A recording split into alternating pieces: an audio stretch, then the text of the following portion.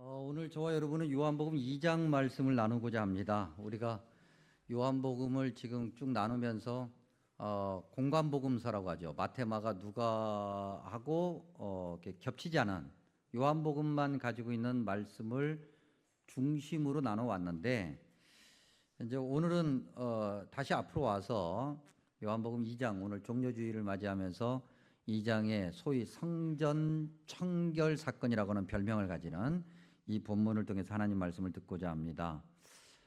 본문 시작이 유대인의 유월절이라 이렇게 시작을 하죠. 유대인의 유월절 또는 이제 요한복음을 계속 읽다 보면 5장, 6장, 7장 그리고 그 외에도 이와 비슷한 느낌을 가지게끔 하는 표현이 있는데, 유대인의 명절 이런 표현이 있습니다. 유대인의 유월절, 유대인의 명절. 우리가 이제 유대인이 누군지를 알면 유대인의 유월절, 유대인의 명절이라고 하는 표현이 마치 이런 것 같은 거죠. 나하고는 상관없는 너희들의 유월절, 너희들의 명절, 그들의 유월절, 그들의 명절이란 얘기죠. 주님께서 이 말씀을 하실 때는 주님과는 상관이 없는 그들만의 잔치 자리, 그렇게 얘기하고 있는 겁니다. 그럼 이제 유대인이 누구기에 이렇게 말씀하시는 걸까? 우리가 이제 요한복음을 나누면서 유대인들이 누군가에 관해서 이제 자주 설명을 해드렸었는데, 요한복음 우리가 2장 지금 보고 있지 않습니까? 이미 요한복음 안에서도 1장 19절을 보면 유대인들이 누군지 이미 밝히고 있는 부분을 보게 되는데, 예루살렘에서 제사장들과 레위인들을 보내서 세례자 요한에게 도대체 너 누구야? 너 누군데 누구 허락도 없이 누구 허락을 받고 이렇게 지금 말하고 다니는 거야? 라고 질문하는 그런 장면이 있습니다. 거기에 유대인들이 등장합니다. 결국 유대인이라고 하는 사람들은 제사장들과 레위인들을 보낼 수 있는 그런 특권 계층, 결국 그들도 제사장들이고 레위인들인데 그런 사람들이라는 거죠. 그런 사람들을 성경에서는 뭐라고 평가하는가? 사실 뭐 우리가 이미 알고 있는 것처럼 긍정적이지 않죠. 매우 부정적입니다. 특별히 복음서 안에는 요한복음뿐만 아니라 마태, 마가, 누가 공관복음서 안에서도 부정적이고, 복음서를 떠나서 신약성경 전체에서도 이렇게 유대인이라고 꼭 단어가 등장하지 않아도 이들을 얘기할 때 긍정적이지 않아요. 왜 그런가? 왜? 그들이 도대체 뭘 했기에 그렇게 부정적인 평가를 받을까? 오늘 이제 요한복음을 우리가 읽고 있으니까 요한복음에서 그들이 누구며 무슨 짓을 하는가 한번 확인해 보고, 그 다음에 누가복음, 마태복음에서도 이제 볼 건데, 먼저 요한복음 11장 45절 이하로 가면 우리가 4월 마지막 주일 27일 주일에 요 본문으로 나눌 예정인데, 요한복음 11장 45절에 사람들이 대제사장들과 바리새인들이 공회를 모았다, 그런 말씀이 있습니다. 공회라고 하는 것은, 공회 회원이라고 하면 당시 사회에서 사실은 특권 계층, 아주 높은 사람들을 얘기하거든요. 대제사장들과 바리새인들이 공회 회원들을 모았다라고 하는 것은 그들도 공회 회원 중에 한 명이었고, 그럴 만한 어떻게 보면은 자격 조건을 가지고 있는 그 정도의 어떤 권리를 가지고 있는, 권력을 가지고 있는 그런 사람들이라는 거죠. 그런 사람들이 이제 다 모여서 무슨 얘기를 하냐면 결국 예수님을 어떻게 하면 없앨까라고 하는 회의를 하는 건데, 그들이 이렇게 얘기합니다. 만일 그를, 즉 예수를 그대로 두면 모든 사람이 그를 믿을 것이고, 그것 때문에 로마인들이 와서 우리 땅과 민족을 빼앗아 갈 것이다 라고 얘기합니다. 이거 우리가 요 문장을 잘 기억해야 됩니다. 그러고 난 다음에 그해 대제사장이었던 가야바가 뭐라고 얘기를 하냐면, 그러니까 한 사람이 죽으면 모든 사람이 무탈하고 아무 일 없을 건데, 그러니까 모든 백성을 위해서 한 사람을 죽여 모든 민족이, 우리 온 민족이 망하지 않게 하는 것이 유익한 것 아니겠어? 라고 제안을 합니다. 여러분 이게 11장 48절에 보면은 우리 땅과 민족이라는 표현이 있는데 여러분 한번 생각해 보십시오. 예수님 당시에 혈통적 유대인들에게는 우리 땅이라는 것이 존재할 수가 없어요.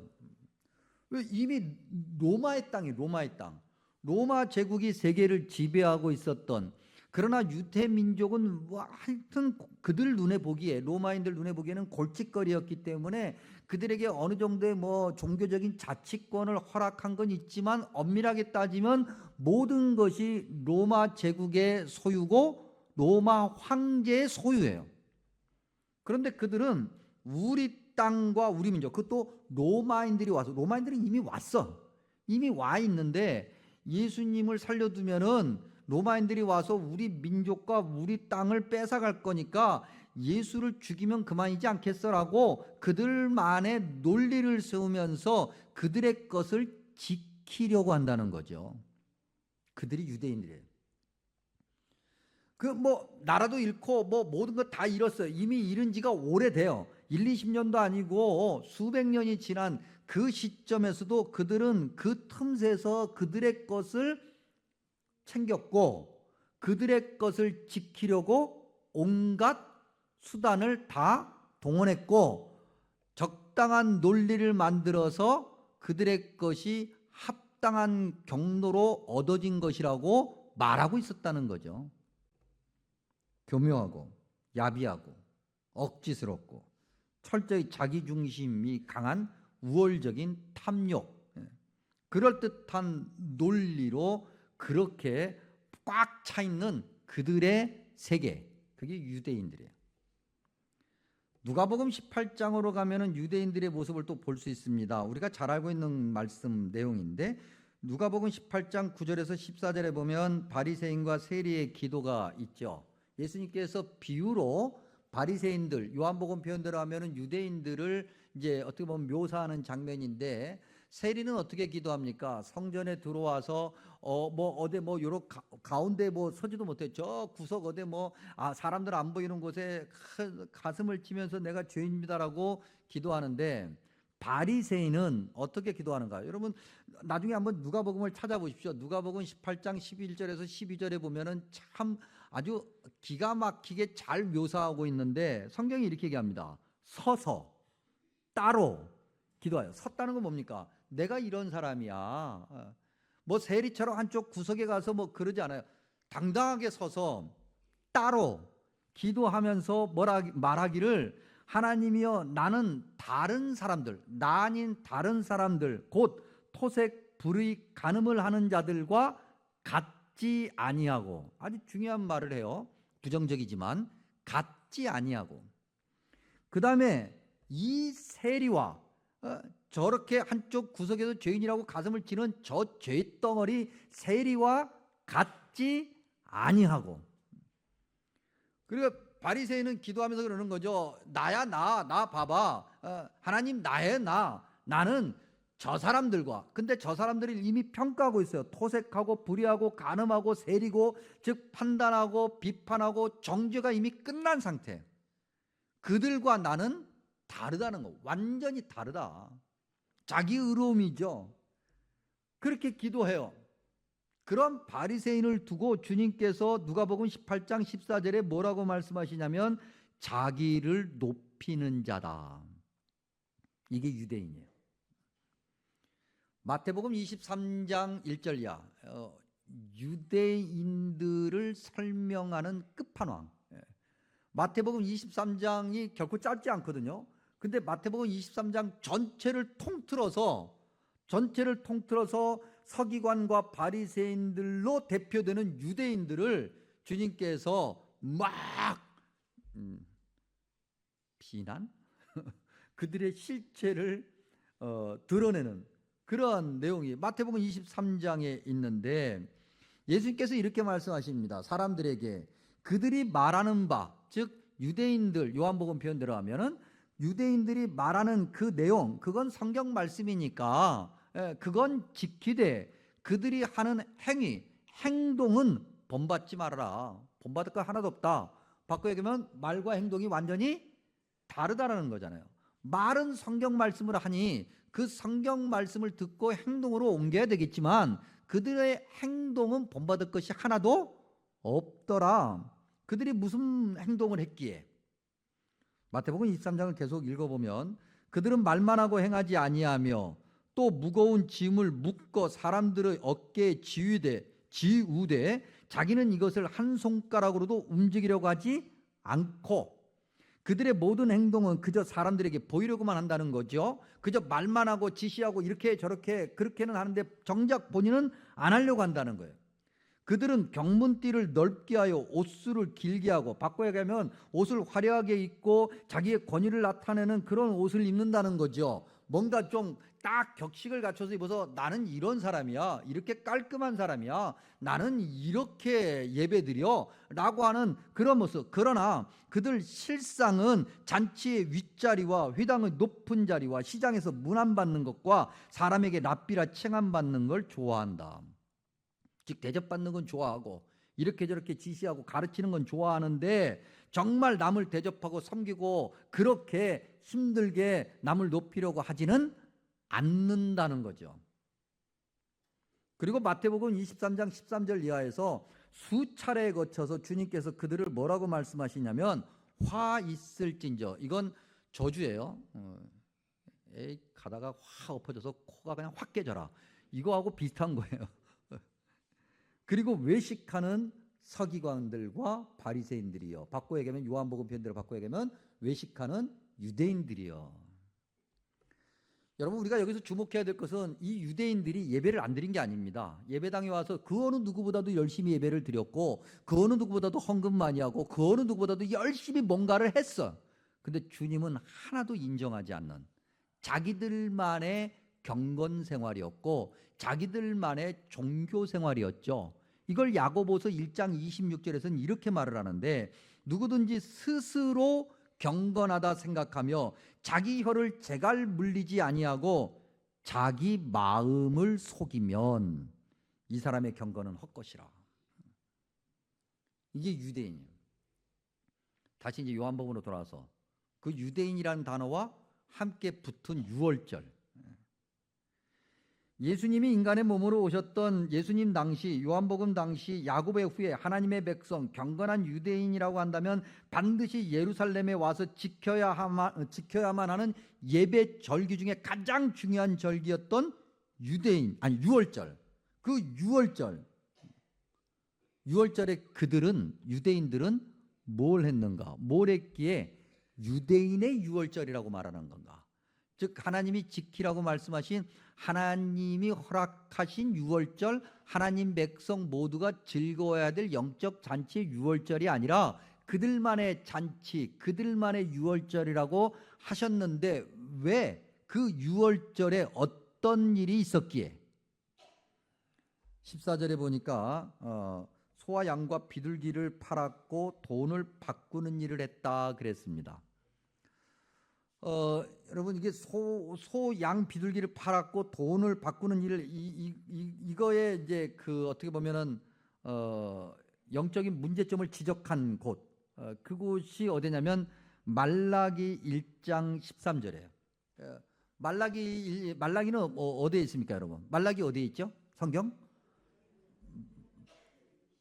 그러니까 말라기는 말라 죽는 것이 말라기? 어디에 있어요, 말라기가? 구약 성경 맨 마지막에 있어요. 맨 마지막. 예. 구약 성경 맨 마지막. 그러니까 말라기하고 이제 성경의 순서대로만 놓고 시간을 계산해 보면 말라기하고 복음서 시대까지는 시간의 간격이 얼마 정도 되냐면 400년이에요. 그러니까 현실적, 즉 예수님 당시에 현실적인 자리에서 계산을 해도 최소 200년 정도가 공백이 있어요. 그러니까 200년 동안에, 아무리 짧게 잡아도 예수님 시대보다도 200년 전에 이런 일은 이미 시작됐다는 거예요. 그것을 말라기 1장 13절에 뭐라고 얘기했냐면, 이 일이 즉 예루살렘에 예배드리러 오면서 제물로 바치려고 소, 양, 비둘기 이런 걸 가져오는 일이 얼마나 번거로운고 하면서 코웃음을 쳤다는 거예요. 바꿔 얘기하면 힘들잖아. 어렵잖아. 생각해봐. 이미 망했거든요. 망하고 난 다음에 이스라엘 백성들이 사방으로 흩어져 살았어요.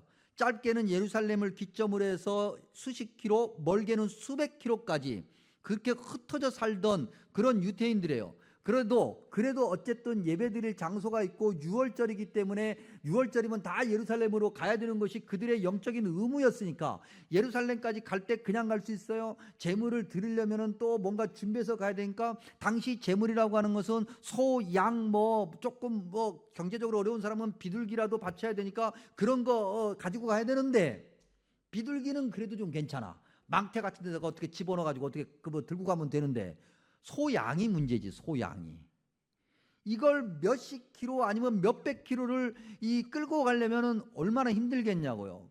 또 가다가 또 애가 또 뭐라도 안 먹어서 빌빌빌빌 말라버리면은 또 하나님께 좋은 것을 못 드리는 것이 되니까 어떻게든지 잘 먹어서 포동포동하게 살쪄서 거기까지 데려가야 되니 보통 일이 아니에요. 그래 좀 합리적으로 생각하자는 거죠. 현실적인 생각을 하자는 거예요. 너무 힘들다는 거죠. 좀 편의를 위해서 아니면 한 사람이라도 더 오게끔 뭔가 좋은 어떤 시스템을 좀 만들어 보자는 거예요. 그래서 예루살렘 성전에 소, 양, 비둘기를 미리 준비해 놔요. 그리고 예배드리러 오는 사람들은 가볍게 그냥 보따리 하나 들고 와. 보따리 들고 와서 예루살렘 성전에서 사면 되지. 그렇죠? 왜 대답이 없고 가만히 제 눈치만 보세요. 그래요, 안 그래요? 여러분 생각해 보세요. 그 몇 날 며칠 짧아도 수십 킬로라도 옛날에는 다 걸어 다녔으니까 이게 보통 일이 아닌데 수백 킬로 떨어져 있으면 이건 큰일이에요. 근데 그렇게 하느니 시대도 바뀌었고 좀 상황도 바뀌었고 그랬으니까 예루살렘에서 미리 다 준비해 놓고 와서 돈 주고 사면 되지요? 그렇죠? 눈치 보지 말고 당당하게 얘기하세요. 당당하게. 괜찮아요. 안 때려요. 제가 안 때려. 걱정하지 말고. 그래요, 안 그래요? 여기는 주로 어르신들이 앉아 계시니까 조금 저보다도 나이 어린 성가대를 바라보고. 니네 생각은 어떠니? 그래요, 안 그래요? 피해가려고 그러는데. 게다가 돈을 바꾸는 그 환전소. 당시 유대인들은 성전세를 냈어야 돼요. 그리고 오면은 성전세를 내야 되는데 학자들이 이야기하는 그 돈이 있어요. 그 티리안 세겔이라는 게 있는데 이걸로 바꿔야 돼요. 그러니까 우리가 어려워. 무슨 말인지 어려우니까 한마디로 얘기하면 토큰. 예? 우리 토큰이 뭔지 아시죠? 토큰. 이것도 또 옛날 얘기인가? 토큰. 이게 하여튼 토큰이라는 것을 아시는 분들에게 토큰을 바꿔야 되는 거예요. 그래서 토큰을 바꿔서 그 토큰으로 성전세를 대신하는 거예요. 그 토큰도 사실은 엄밀히 따지면 돈 주고 사는 거예요. 근데 편리하잖아요. 돈 들고 왔는데 그 토큰은 예루살렘 성전에서만 구할 수 있는 거거든요.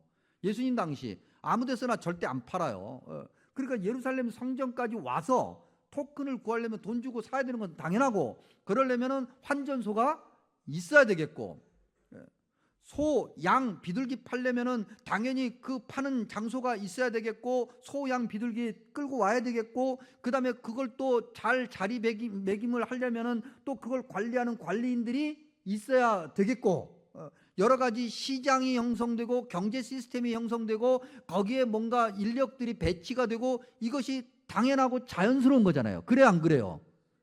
그래요, 안 그래요? 아니 이 대답이 그렇게 어려워요? 그래요, 안 그래요? 성가대 그래요, 안 그래요? 내가 지금 강요하는 거예요? 강요하는 거라고? 아니 지극히 맞잖아. 근데 주님은 우리가 당연하다고 생각하는 그 모든 것을 다 뒤로 놓고 우리가 그럴 수도 있지 않아? 뭐 그래야 되는 것 아니야? 너무 불편하잖아. 번거롭고 힘들잖아 라고 하는 그런 반문조차도 다 뒤로 놓고 15절에 보니까 노끈으로 채찍을 만들어 양이나 소를 다 성전에서 내쫓고 돈 바꾸는 사람들의 돈을 쏟으며 상을 엎었다. 난리를 만드신 거죠. 여러분 한번 상상해 보세요. 갑자기 막 채찍 만들어서 막 뒤엎고 막 소 막 양 비둘기 막 다 풀어놓고 그러면 소 뛰어다니고 양 뛰어다니고 비둘기 날아다니고 그 다음에 이것도 다 뒤엎었으니까 네가 뭔데 내 상을 뒤엎냐고 막 입이 거품 물면서 저놈의 자식 잡아라 그러고 그런 사람들이 있을 것이고 막 난리가 나버린 거예요. 주님은 그냥 그야말로 시장, 잘 갖춰져 있고 조직적으로 잘 되고 있는 시장을 난장으로 만든 거죠. 그리고 16절에 내 아버지의 집으로 장사하는 집을 만들지 말라. 그리고 17절에 주의 전을 사모하는 열심히, 이건 시편 69편 9절을 인용한 건데 나를 삼키리라. 도대체 주님은 왜 그러셨을까? 이 질문은 요한복음의 의도를 확인해 가면서 해결될 수 있어요. 이 지금 소위 성전 청결 사건은 4개 복음서에 다 있는 얘기예요. 4개 복음서에 다 있다고 하는 것은 그만큼 중요하다는 거거든요. 근데 요한복음은 원래 이 성전 청결 사건은 시간적으로 봤을 때 뒤에 있어야 맞아요. 그래서 마태, 마가, 누가는 뒤에다 놨어요. 예수님께서 예루살렘에 들어가시고 난 다음에, 즉 종려 주일 지나고 난 다음에 일어난 일이에요. 그러니까 뒤에 있는 것이 맞아요. 근데 요한복음은 이걸 앞으로 갖다 놨어요. 그러니까 원래 뒤에 있는 것을 앞으로 가져오면 뭐 하기 위함이라고 그랬어요? 강조하기 위함이잖아요. 그래 네 복음서에 다 있으니까 굉장히 중요하다고 강조한 건데, 강조한 걸 또 한 번 강조한 거니까 요한복음은 이것이 굉장히 중요하다고 얘기하는 거예요. 왜 중요하냐? 이제 그걸 알기 위해서 우리가 이제 출애굽으로 가면 돼요. 6월절의 배경이 출애굽이잖아요. 이제 우리가 성경 통독을 하시는 분들은 이제 금방 알 수 있는데, 이 출애굽, 레위, 민수기 여기까지만 봤을 때 그 안에 어떤 내용이 있느냐는 거죠. 간략하게 요약해 보면 출애굽한 다음에 이스라엘 백성들이 시내산에 머뭅니다. 시내산에 머물면서 가장 먼저 그들이 한 것은 모세를 통해서 하나님의 말씀 10계명을 받은 거죠. 즉 말씀을 받습니다. 그 다음에 그들이 뭐합니까? 하나님 명령에 의해서 뭘 만들죠? 성막을 만듭니다. 장막, 예배당을 만드는 거죠. 그리고 예배당을 만들어서 그 예배당 안에 어떤 물건들이 들어가야 되는지, 예배당은 어떤 구조를 가지는지, 그 구조를 만들고 그 구조 안에 여러 가지 물건을 집어넣으면서 도대체가 무엇을 주님이 원하시는가, 그걸 알게 되는 거죠. 그리고 레위기로 넘어가요. 레위기에 대해서는 수차례 말씀드렸는데, 레위기를 크게 두 구조로 딱 나누면 앞부분과 뒷부분이 있는데, 앞부분은 예배가 뭐냐? 제사라고 표현되어 있는. 그래서 예배의 종류를 설명해요. 우리로 따지면 주일 오전 예배, 오후 예배, 수요 예배, 새벽 기도 이런 것들이 뭐냐라고 설명을 하고, 그 다음에 레위기 후반부에 가면은 그렇게 예배를 드리는 예배자들이 어떻게 살아야 되는가에 관한 삶에서의, 그 당시 삶에서의 실예를 언급하고 있어요. 그리고 민수기로 와요. 민수기는 우리가 지금 새벽기도 시간에 나누고 있죠. 민수기의 첫 시작은 인구조사입니다. 그리고 20세 이상의 싸움에 나갈 만한 사람을 계수하기 시작하고요. 그 다음에 진을 치는데 여호와의 장막을 놓고 사방으로 12지파가 3지파씩 짐을 치죠. 그리고 광야에서 행진할 때는 역시 여호와의 언약궤 앞서고, 그 다음에 여호와의 지파 순서대로 장막이 그 다음에 뒤따르고 쭉 일렬로 서서 행진하는 것을 언급해요. 이걸 모두 한꺼번에 요약하면 출애굽기와 레위기는 영적인 거예요. 하나님과의 관계를 얘기하고, 민수기는 이제 그렇게 영적으로 준비했으니 이제 나가자라고 하는 삶의 현실의 문제를 얘기해요. 그래서 육적인 거예요. 세상적인 거예요. 그런데 영적인 것이 반드시 앞에 있다고 그랬어요. 영적인 것이 앞에 없으면 육적인 것은 있으나 마나한 거예요. 하나님과의 관계가 바르게 잡혀 있지 않으면 사람과의 관계는 바르게 잡힐 수도 없고, 잡히는 것 같지만 그건 내 생각이 내 생각. 예배가 중요하다는 거예요. 예배가 너무너무 중요한데 예배를 자기 편의로 자기 편리를 위해서 현실적이란 이름으로 합리적이란 이름으로 그 예배에 담긴 하나님의 명령을 바꿔놓은 거예요. 여러분 오늘 우리 안에도 얼마나 많아요 그게. 얼마나 많아요. 개인적인 신앙 고백에서 이런 것들이 꼭 그렇게 예배드려야 돼? 아이 꼭 그렇게 해야 돼? 이런 것들 있어요 없어요? 있죠. 교회적으로도 그렇고 말이죠. 이렇게 저렇게 우리가 뭔가 우리의 편리를 위해서 예배를 바꾸고 예배 내용을 바꾸는 그런 일들이 있더란 말이죠. 대단히 죄송합니다만 우리 성심교회 교우들 여러분들도 지금 여러분들의 삶이 중요하기 때문에 여러분들의 삶에서 느려왔고 해왔던 것들이 있기 때문에 그런 것들을 먼저 앞세우고 예배는 뒤로 밀어놓잖아요. 그래요 안 그래요?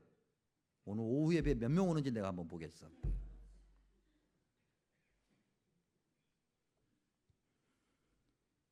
(20절에) 46년 동안 지었다 그랬습니다. 헤롯이 자기를 과시하기 위해서 헤롯 1세가 자기를 과시하기 위해서 46년 동안 지어놨던 별명이 그래서 헤롯 성전이지만 그래도 그 성전이 있고 그 성전에서 하나님을 예배할 수 있다고 한다면 그 예배 내용을 바르게 채워야죠. 근데 예배 내용을 바르게 채우지 않아요. 주님께서 말씀하시는 거죠. 17절에 주의 전, 16절에 내 아버지의 집이라는 단어와 전이라는 단어가 사실 같은 단어예요. 그 여호와의 집이에요. 예배당은 여호와의 집이에요. 여호와가 주인이에요. 그 주인 대신 여호와 하나님의 명령대로 움직이는 그 예배를 사모하는 열심, 열정이 나를 삼켰다. 여러분 삼켰다라고 하는 이 표현의 원래 사전적 의미는요, 불태웠다 이런 얘기예요. 불타버린 거예요. 얼마나 그 열정이 강한지 내가 불타 없어져 버렸어요. 그래야 된다는 거죠. 그러한 믿음을 가지고 예배를 드려야 된다는 거죠. 그 열정이 있을 때야 비로소 21절에 성전된 자기 육체, 주님이 누구신가를 알게 돼요. 예배 대충 드리고 예배 소홀하게 생각하고 예배를 우리 편리대로 우리 생각대로 그렇게 바꾸면 주님이 누구신지를 모르게 되는 거예요. 주님이 누구신지를 모르면 교회를 30년, 40년, 100년을 다녀도 주님이 가신 그 길, 22절에 죽은 자 가운데서 살아나는 그 종착점에 갈 수가 없어요, 여러분. 어떻게 가요? 여러분 보세요. 우리가 지난주까지 고난주간, 아니 사순절 기간 딱 하고 오늘 이번 주 고난주간까지 사순절 기간이 꽉 채워지는데 이 고난주간 없이 지난주에서 갑자기 부활절로 갈 수 있어요? 없다고요. 오늘이 13일이면 13, 14, 15, 16, 17, 18, 19 그 다음에 20일이 오는 거예요. 12일까지 하고 갑자기 20일이 올 수가 없는 거예요, 여러분. 그러니 우리가 믿음 안에서 바르게 예배자로 서지 않고 예배자로 바르게 살지 않으면 부활의 자리에 갈 수가 없어요, 여러분. 그러니 믿음 생활 이렇게 하시면 안 돼. 정말 잘하셔야 돼요. 열심히 제대로 주님이 원하시는 예배부터 그렇게 하셔야 돼요. 그러니 지금 요한복음을 통해서 주님이 말씀하시고자 하시는 건 뭐냐면 그 시작점, 그 출발점부터 다시 확인해라. 공관복음과 요한복음은 시간의 차이가 있다 그랬어요. 공관복음에서의 그 열정이 요한복음까지 흘러가면서 많이 식어진 거죠. 문제가 생긴 거예요. 그래서 요한복음이 다시 그걸 앞으로 가져놨어요. 우리는 너무 우리 생각이 많아. 우리 생각으로 믿음 생활해요. 이렇게 해야 되고 저렇게 해야 되고 뭐 이렇게 해서 그렇게 하다 보니 우리의 현실이 앞서요. 여러분 예배가 얼마나 중요하냐면 예배로 시작해서 우리의 인생은 예배로 끝나야 되는 거예요. 그러면 우리가 천국에 가서 다시 예배 자리로 들어가요. 우리가 그걸 오늘 마지막 확인하고자 합니다. 여러분 요한계시록 한번 보시겠어요? 요한계시록 찾아보십시오. 요한계시록 구약성경 중간에 있는 요한계시록 구약성경 중간 정도 구약 성경 402쪽 정도에 있는, 그렇게 찾으면은 진짜 옆 사람이 한 대 콱 쥐어박으세요.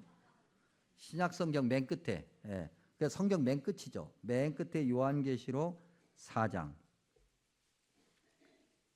8절 중간부터 11절까지. 요한계시록은 3장까지 초대교회의 그 현실의 자리를 얘기해요.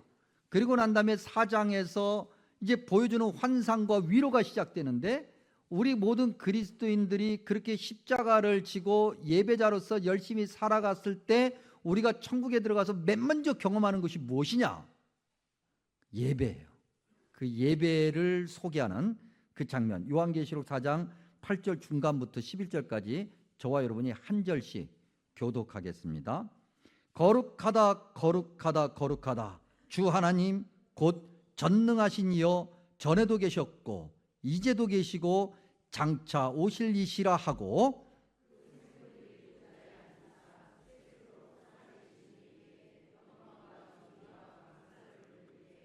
24 장로들이 보좌에 앉으신 이 앞에 엎드려 세세토록 살아계시는 이에게 경배하고 자기의 관을 보좌 앞에 드리며 이르되,